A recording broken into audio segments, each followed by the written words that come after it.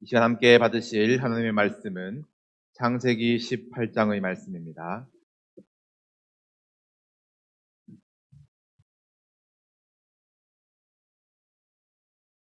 창세기 18장 16절에서 27절까지의 말씀 교독하시겠습니다. 18장 16절로 27절까지 제가 먼저 읽겠습니다. 그 사람들이 거기서 일어나서 소돔으로 향하고 아브라함은 그들을 전송하러 함께 나가니라.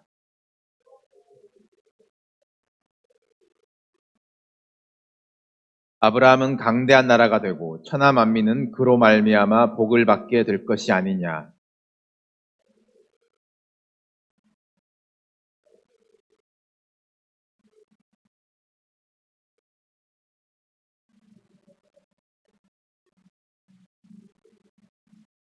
여호와께서 또 이르시되 소돔과 고모라에 대한 부르짖음이 크고 그 죄악이 심히 무거우니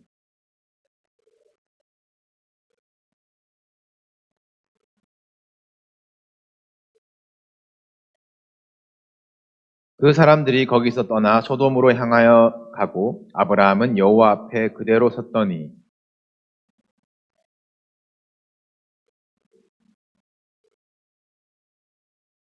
그 성중에 의인 50명이 있을지라도 주께서 그곳을 멸하시고 그 50의인을 위하여 용서하지 아니하시리이까.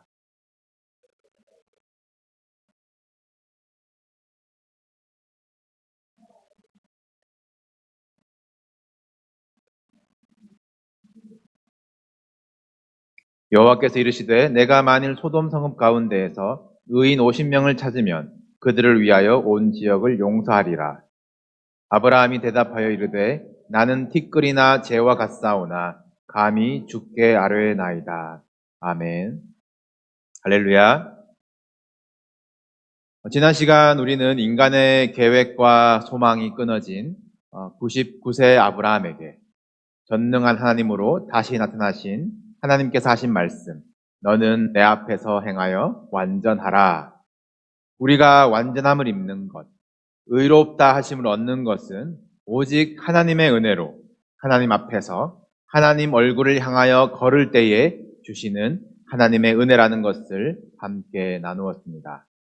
이제 아브람에서 아브라함, 하나님의 꿈을 가진 사람, 언약의 증표 할례를 몸에 지닌 사람, 약속의 사람이 된 아브라함에게 어떤 변화가 있을까? 오늘도 하나님 얼굴을 향한 아브라함의 걸음을 따라가면서 십자가의 구속의 은혜로 의의 옷을 입은 우리가 어떻게 변화되어 어떻게 살아야 하는지 함께 보시는 시간 되기를 원합니다. 우리가 18장 처음부터 읽진 않았지만 18장 1절에는 아브라함이 머물러 있었던 장소가 나오는데요. 마므레의 상수리 나무들이 있는 곳이라는 설명이 나옵니다. 마므레라는 지명은 이후 역사나 오늘날 어떤 도시로 발전했다던가 아니면 무슨 중심지가 되었다라는 이제 기록이 없습니다. 그 위치를 지금도 추정만 할 뿐이고요. 성경에서는 아브라함과 관련된 사건에만 등장을 하는 지명이고 또 아모리 사람의 땅이라고 되어 있습니다. 중요한 것은 마므레는 전에 아브라함이 눈을 들어 동서남북 하나님의 약속을 바라보고 말씀 따라 장막을 옮긴 후에 여호와를 위하여 제단을 쌓았던 곳이라는 것이에요. 기근을 피해 약속을 떠나 애굽으로 갔지만 다시 찾아온 약속의 그 자리. 가나안 왕들을 상대한 후에 소돔 왕의 제안을 뿌리치고 돌아간 내 일상의 자리 마므레입니다. 오랜 세월이 흘러 기다릴 만큼 기다렸어요. 할 수 있는 것은 다 해봤어요. 약속은 흐릿해지고 인간의 소망은 끊어졌으며 죽은 자와 같이 되었을 때에 전능자로 나타나신 하나님, 약속을 다시 붙들어 주시는 그 은혜에 힘입어 아브라함은 다시 마므레로 여호와를 위하여 제단을 쌓았던 곳으로 돌아갔습니다. 아브라함에게 마므레는 그런 의미가 있는 곳이에요. 우리들 각자에게도 영적 마므레가 있습니다. 하나님의 이름을 부른 곳, 기도의 눈물이 쌓인 곳, 넘어져도 다시 일으켜 주신 곳 있으시지요? 기억하십시오. 어디입니까? 이 자리가 여러분의 마무리가 되기를 축복합니다. 고향을 떠나 이 땅 터전을 잡고 재단을 쌓는 곳입니다. 힘든 인민생활 가운데 위로함을 얻는 곳입니다. 가정을 위해서 눈물로 기도하는 곳입니다. 우리 자녀들이 부모의 영성과 찬양을 배우는 곳입니다. 교회라고 빌딩을 세워두고 십자가 걸어두고 목사가 앞에 서 있다고 성전이 아닌 것은 아시지요? 물리적인 공간이 우리를 거룩하게 하는 것은 아니지만, 그러나 분명 우리가 제단을 쌓은 자리, 돌베개 벤 자리, 에베네셀을 부른 자리를 기념하면서 기억하는 것은 자꾸 약속을 벗어나 믿음이 흔들리는 우리에게 이 돌아갈 곳을 잡아주는 영적 유익이 있습니다. 여러분이 하나님 앞에 서는 곳, 눈을 들어 하나님을 바라보는 곳, 기도에 눈물이 쌓인 곳을 거룩한 곳으로, 마무레로 구별하시기를 바랍니다. 팬데믹 기간 동안 우리는 이 마무레의 싸움을 하고 있지요. 여러분에게 마무레가 회복되고 그 자리를 다시 찾아 돌아가는 은혜가 있으시기를 주님의 이름으로 축복합니다. 역시 마무레에서 하나님은 아브라함에게 나타나세요. 사람의 모양으로 나타나시는데 사람 셋이 아브라함 장막 맞은편에 서게 됩니다. 한 분은 하나님, 이 둘은 이후에 소돔의 이 롯의 집으로 보내지는 천사예요. 아브라함이 이 세 사람을 보자마자 하나님으로 알아본 것인지 아니면 몰랐고 그저 나그네를 영접하였던 것인데 알고 보니 하나님이셨던 것인지는 알 수가 없고 학자들마다 이견이 있습니다. 어찌되었든 아브라함의 반응이 굉장히 특별해요. 18장 2절인데요. 화면에도 있습니다. 눈을 들어 본즉 사람 셋이 맞은편에 서 있는지라 그가 그들을 보자 곧 장막문에서 달려나가 영접하며 몸을 땅에 굽혀. 지금 100세 노인이 이들을 보자마자 달려나가서 영접하고 땅에 엎드려서 나를 떠나지 마옵소서 간청합니다. 나그네를 환대하고 영접하는 것이 미덕인 문화라고는 하지만 굉장히 적극적이고 어떤 면에서는 과한 느낌이지요. 아브라함이 마므레에서 얼마나 겸손하고 간절한 마음으로 하나님의 일을 바라며 하나님의 때를 기다리며 눈을 들고 섬길 곳, 사랑할 곳을 찾고 있었는지 알 수가 있습니다. 이 장면을 히브리서 기자는 이렇게 인용합니다. 형제 사랑하기를 계속하고 손님 대접하기를 잊지 말라. 이로써 부지 중에 천사들을 대접한 이들이 있었느니라. 또 바울은 권면하기를 무슨 일을 하든지 마음을 다하여 주께 하듯 하고 사람에게 하듯 하지 말라. 사랑하는 성도 여러분, 이것이 성도가 가져야 할 자세입니다. 은혜의 자리, 기도의 자리를 지키시고 그곳에서 섬세하게 사랑의 눈을 들어 주위를 둘러보시기를 바랍니다. 그럼 보이는 거예요. 바로 달려가십시오. 겸손하게 섬기십시오. 그런 자가 하나님을 경험하게 됩니다. 우리가 어느 때에 주님을 대접하였습니까? 형제 중에 지극히 작은 하나에게 한 것이 곧 내게 한 것이니라. 주님 말씀하셨어요. 여러분이 기도하는 자리가 곧 은혜의 자리가 되며 또 형제 사랑하는 자리가 되고 이로써 하나님을 경험하시기를 주님의 이름으로 축복합니다. 약속의 사람, 의롭다 하심을 얻은 사람이 이 변화되는 부분이 보이시지요? 하나님과의 친밀한 교제가 시작이 됩니다. 얼마나 정성을 다해 극진히 대접을 하는지요? 이 아내 사라에게 떡을 만들라 시키는데 고운 가루 세 스아를 반죽하라라고 시켜요. 이게 엄청난 양인데 어느 정도냐면 이제 도망 다니던 다윗이 이 부하들을 이제 그 일대의 큰 부자에게로 그 사람 이름이 나발인데 그 사람에게로 보내서 먹을 것을 좀 주기를 구한 적이 있습니다. 이 평소에 이 나발의 그 힘이 많은 양떼들을 지켜 주었기 때문에 은혜를 입지 않을까 기대했지만 이 나발은 이들을 모른 척하고 오히려 모욕을 해요.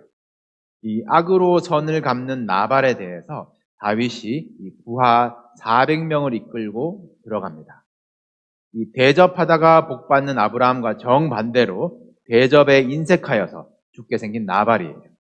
그때 나발의 이 지혜로운 아내, 훗날 다윗의 아내가 되는 아비가일이 이 400명을 대접하는 데 만든 떡이 5스아예요. 그럼 지금 사라가 갑자기 반죽해야 되는 이 3스아는 대략 좁게 잡아도 한 250인분이 되는 겁니다. 이 3사람을 위한 요리치고는 굉장히 과한 것이에요. 여기다가 하인들은 송아지 요리를 합니다. 이 정도 양이면 온 집안과 하인들도 먹을 수 있을 것 같아요. 아브라함은 이 손님 대접하는데 온 집안이 함께 섬기도록 하고 또 함께 나눕니다. 식사를 마친 후에 나그네 중에 한 사람이 아브라함에게 말을 엽니다. 네 아내 사라가 어디 있느냐? 아브라함이 부지중에 모르고 이 나그네들을 대접하기를 시작했다고 하더라도 이 말 한마디에 이분은 하나님이시라는 것을 알아챘을 것입니다. 방금 얼마 전에 이름이 사레에서 사라로 바뀌었는데 그것을 알고 있는 나그네예요. 그리고 이 나그네로부터 이삭이 약속되지요. 이 3사람은 사라에게 내년 이맘때에 아들이 있으리라 약속하고 일어섭니다. 셋 중 2사람은 이제 소돔으로 향하는데 하나님이 말씀하세요. 내가 하려는 것을 아브라함에게 숨길 수 있을까? 하나님 앞에서 행하여 완전한 자에게 의롭다 하심을 입은 이 아브라함에게 이 마므레에 머물러 은혜를 구하는 자에게 주시는 하나님의 응답이에요. 하나님 안에 있는 그것을 숨기지 아니하십니다. 얼마나 친밀한 관계입니까? 내가 하려는 것을 너에게 숨길 수 있겠느냐? 사모되지 않으십니까? 하나님과 심정을 통하고 숨김이 없으시는 그 특권을 누리시기를 바라요. 세상을 향한 하나님의 계획을 아브라함에게 숨기지 않고 알려주시는데 아브라함으로 말미암아 천하 만민이 복을 받게 된다는 것, 아브라함으로 명령되어서 그 자식과 후손들이 여호와의 도를 지키는 것, 그리고 소돔과 고모라에 대한 심판을 경고하시는 것을 숨김없이 알려주십니다. 아브라함의 역할을 잘 보세요. 성도의 역할입니다. 아브라함만 깨끗하고 혼자만 의롭고 나만 복받는 것이 아니에요. 나로 말미암아 천하 만민이 복 중의 복, 예수 그리스도를 받아야 하는 것입니다.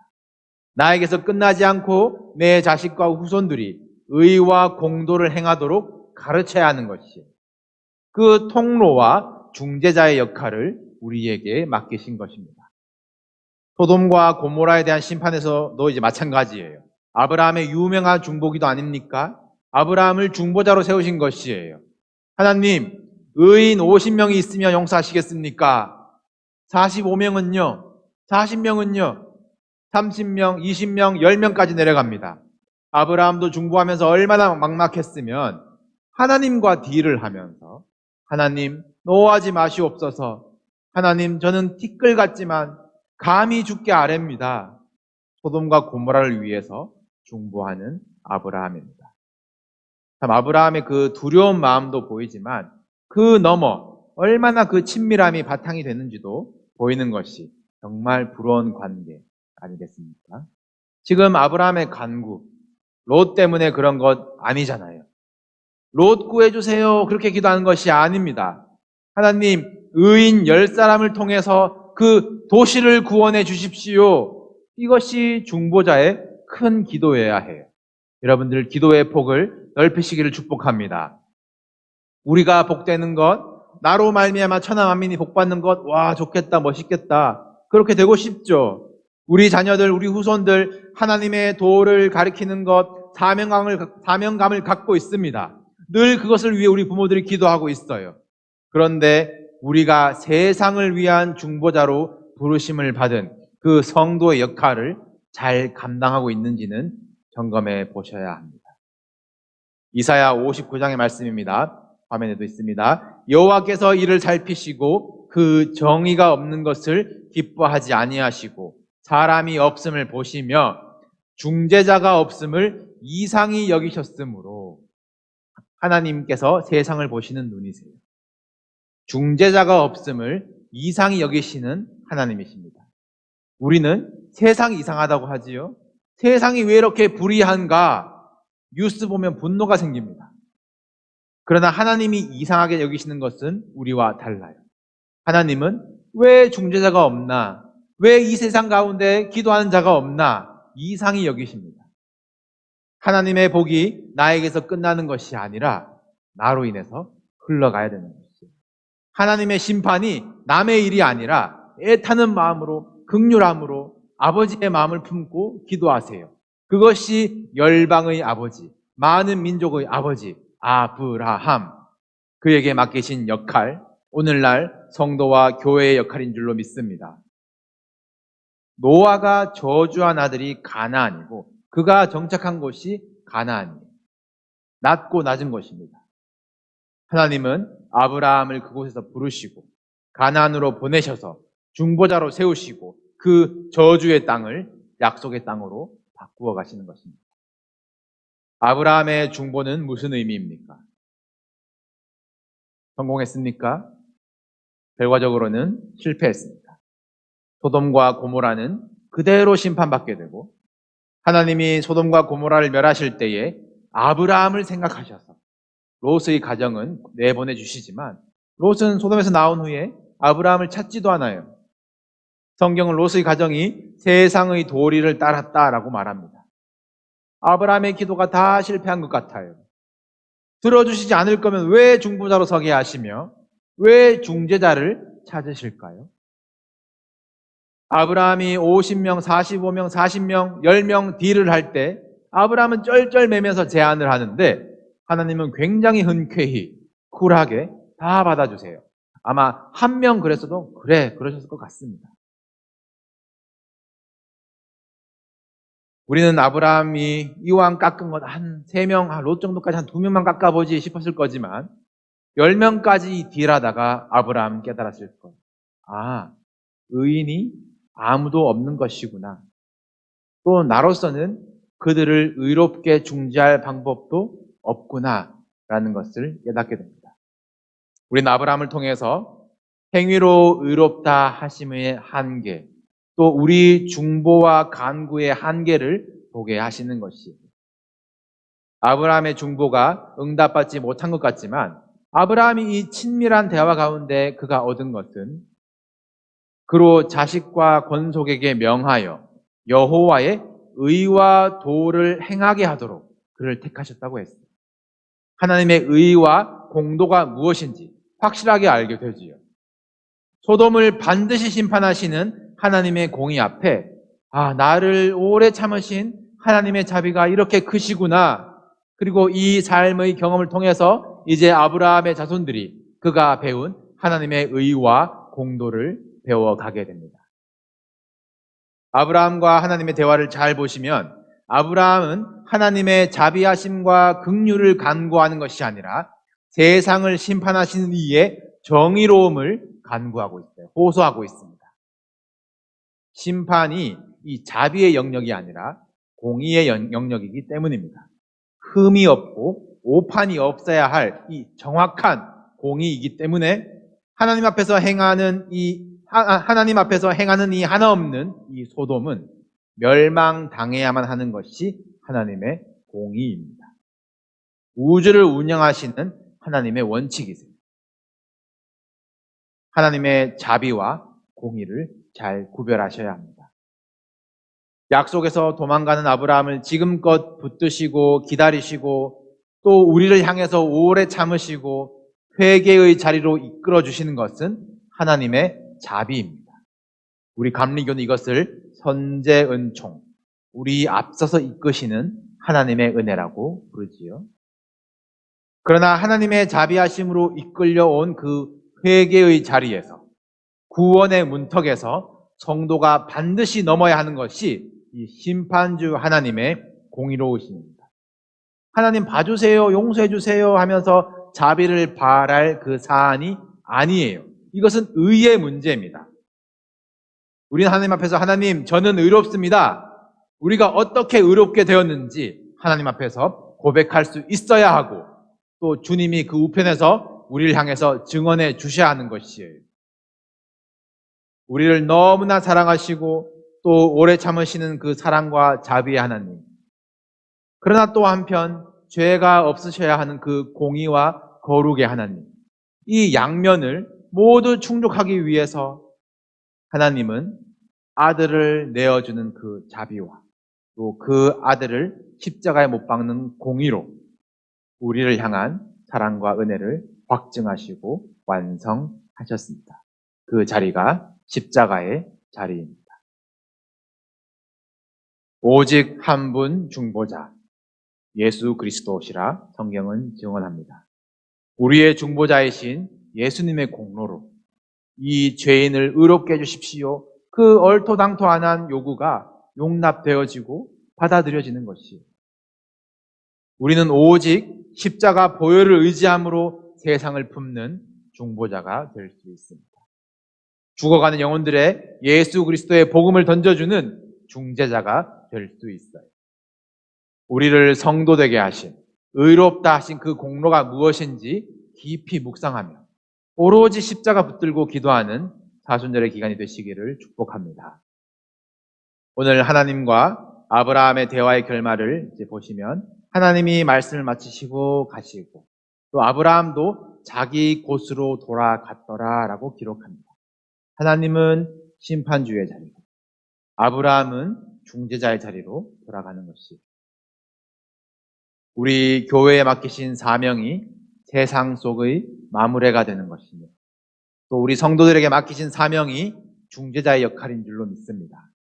우리 어디든지 마무리다 이 유혹하고 있는 세상 속에서 재단을 지키시며 내 기도, 내 소원에서 눈을 들어 세상을 위해서 품고 기도하는 중재자. 내 꿈이 이루어지는 것보다 하나님의 꿈을 알아가는 것에 더 기쁨을 누리는 기도자. 감히 주께 아뢰는 그 친밀한 자가 되시기를 주님의 이름으로 축복합니다.